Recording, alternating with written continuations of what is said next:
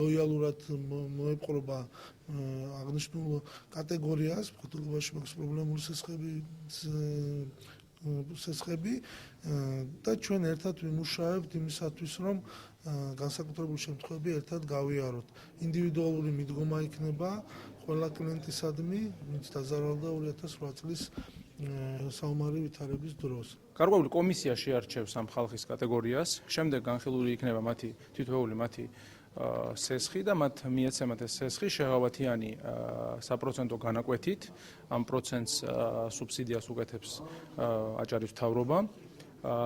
გარდა იმისა, რომ ეს სესხი არის ძალიან დაბალ პროცენტიანი სესხებლისთვის, ასევე მას აქვს მოქნილი გრაფიკი, ანუ შეიძლება კონდეს იმ ბიზნესიდან გამომდინარე ან ადამიანის სიტუაციიდან გამომდინარე საშეღავათო პერიოდი.